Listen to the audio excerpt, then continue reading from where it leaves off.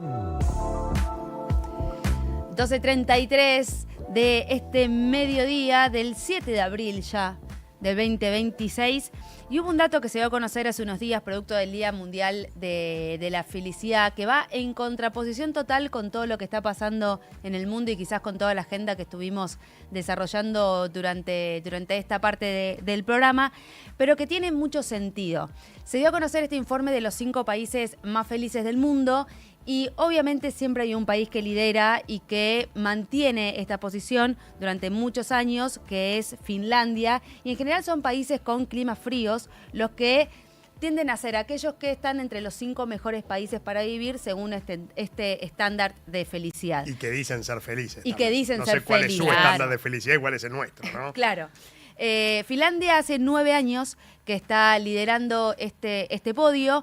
Y el informe lo que destaca de Finlandia, de por qué está liderándolo desde hace tanto tiempo, son los altos niveles de apoyo social, baja percepción de corrupción y una sólida red de protección social que incluye educación y salud de calidad.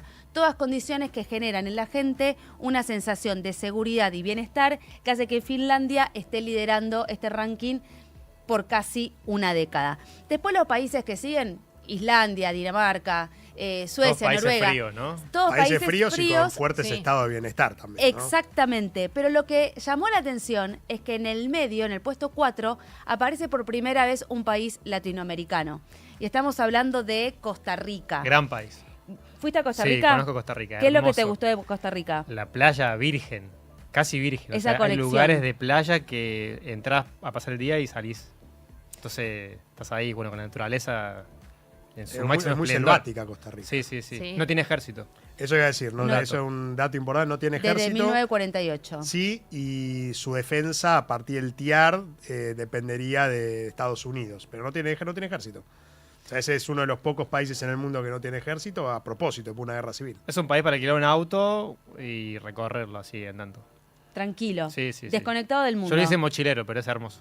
Desconectado del mundo, bueno, de mochilero, desconectado del mundo, sin redes sociales, sin...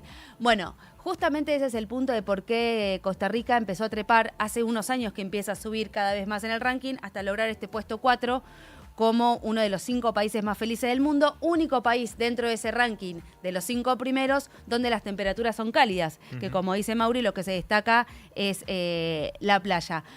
¿Por qué? ¿Qué es lo que está pasando en Costa Rica? Costa Rica no alcanza los niveles tan altos como los países nórdicos en variables como el Producto Bruto Interno o el apoyo gubernamental. Pero la alta calidad de vida que supone este informe destaca que sus ciudadanos reportan una amplia libertad para tomar decisiones sobre sus vidas y una destacada valoración de su bienestar basada en elementos intangibles como la cultura, la comunidad y el entorno natural.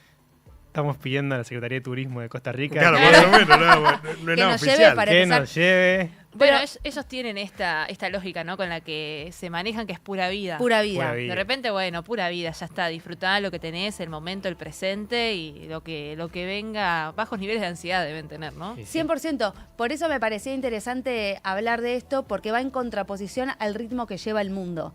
Y este informe, que en general se mide a través de estándares más económicos, Claro. tuvo que ir incorporando a Costa Rica y empezó a notar que Costa Rica iba escalando cada vez más posiciones con estándares totalmente contrarios a los que ellos estaban acostumbrados. Hablan de empatía, hablan de comunidad, hablan de naturaleza, hablan de conexión y hablan de un ser humano que recupera ese sentido del ser al estar conectado no solamente con su vida y con su presente, sino con un ambiente cada vez más natural y menos atado a la tecnología. Claro, en un mundo en el que nos estamos individualizando, ensimismando en las redes sociales, en que tu perfil, en que si miraste mi historia, en que si le puso like, en todo eso, ¿no? Como los países nórdicos también, Europa del Norte en general, siempre fue todo mucho más atomizado por una cuestión del clima. O sea, al ser un clima más frío, uno no sale de casa, las reuniones sociales son menos, es como, tiene lógica.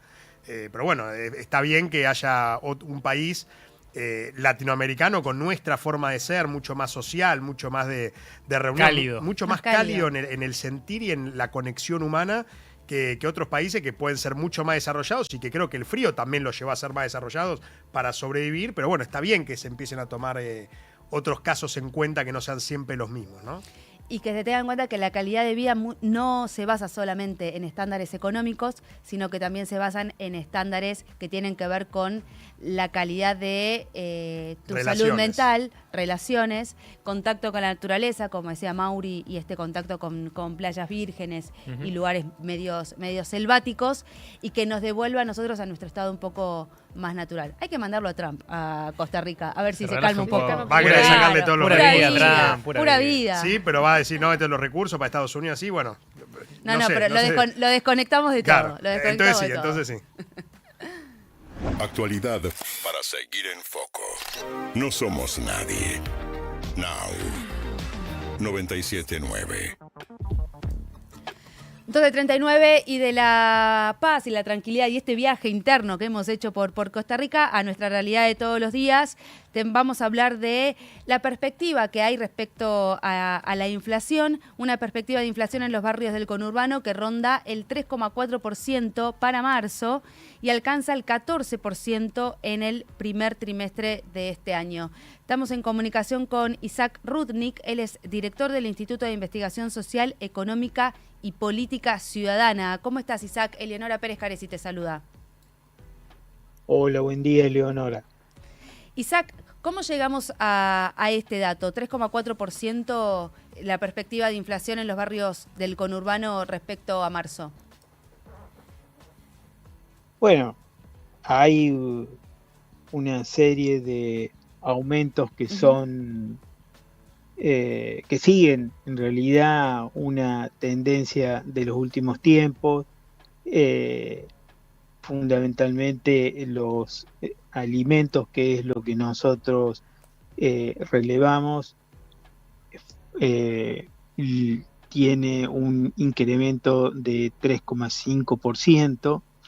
Este mes los productos de almacén también aumentaron bastante, por encima del 4%, y lo que menos aumentó fue la verdulería en 0,2%. Bueno, esto nos da una suba a lo largo del primer trimestre de alrededor del 14%. Hay una dinámica particular en los barrios populares, específica del movimiento de la economía en los barrios populares, que muchas veces no sigue la dinámica de los precios y de la evolución de la economía en general, que se da en el conjunto de la sociedad y que se refleja en otros números que dan de consultoras y del instituto oficial, que miden en un universo mucho más amplio,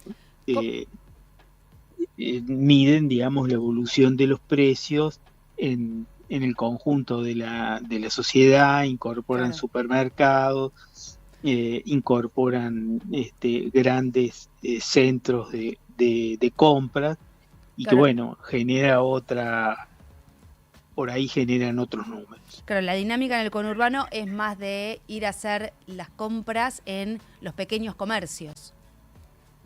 Sí, en particular nosotros medimos en negocio de cercanía, Bien. o sea, donde compran cotidianamente los vecinos del barrio, que son fundamentalmente en los negocios que se mueven y a los que pueden, en los que se mueven y a los que pueden llegar sin tener necesidad de transportarse en vehículos o ya sea público o en auto, van y vienen todos los días comprando, haciendo la compra diaria, Uh-huh. yendo y viniendo, caminando, buscando como todos y todas el mejor precio, pero dentro de un radio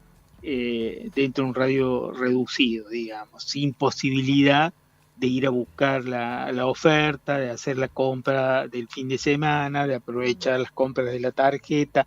Bueno, son posibilidades que en líneas generales los vecinos del barrio no tienen acceso. Isaac, y respecto de la canasta que ustedes miden para determinar este índice del conurbano, ¿tiene algún peso específico ahí el tema de los servicios, por ejemplo? ¿Tienen más peso los bienes o cómo está compuesta esta medición? No, o sea, nosotros la canasta que medimos es la canasta del INDEC. Bien. Justamente mantenemos la canasta del INDEC, aunque tiene bastantes cuestionamientos porque todos sabemos que está desactualizada, pero mantenemos la medición sobre la canasta del INDEC porque eso nos permite justamente comparar Claro. canastas de productos, de bienes y servicios iguales y comparar la evolución de los precios en una y otra medición, entre una y otra medición.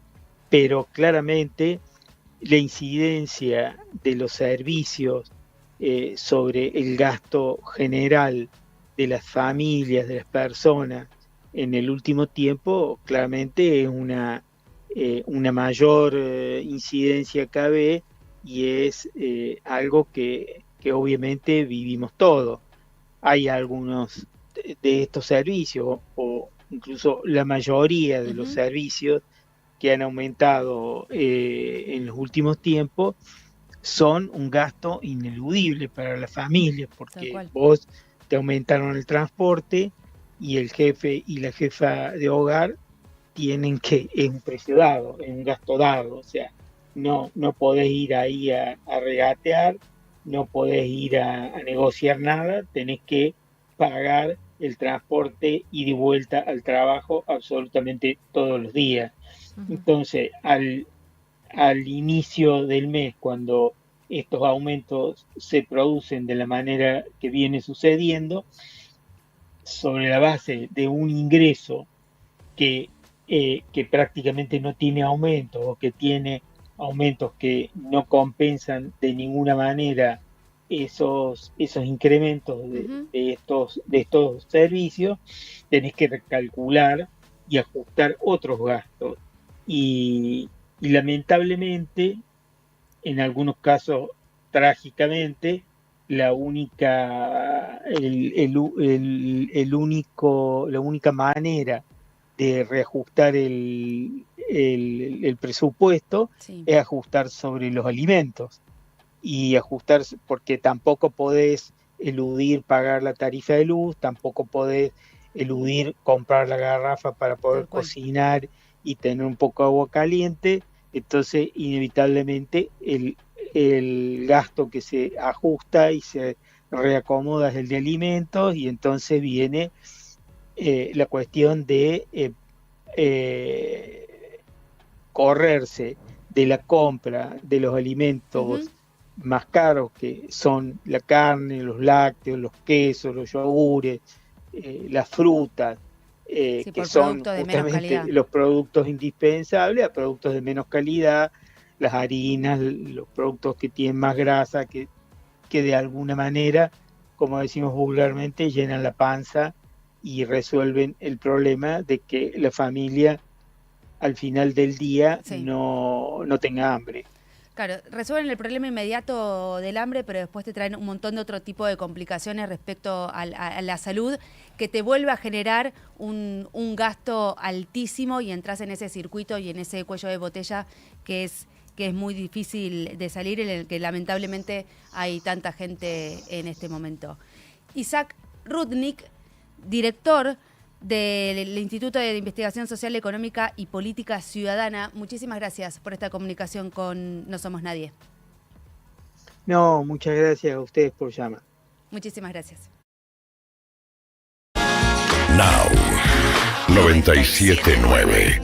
Música pensada para vos. 979now.com.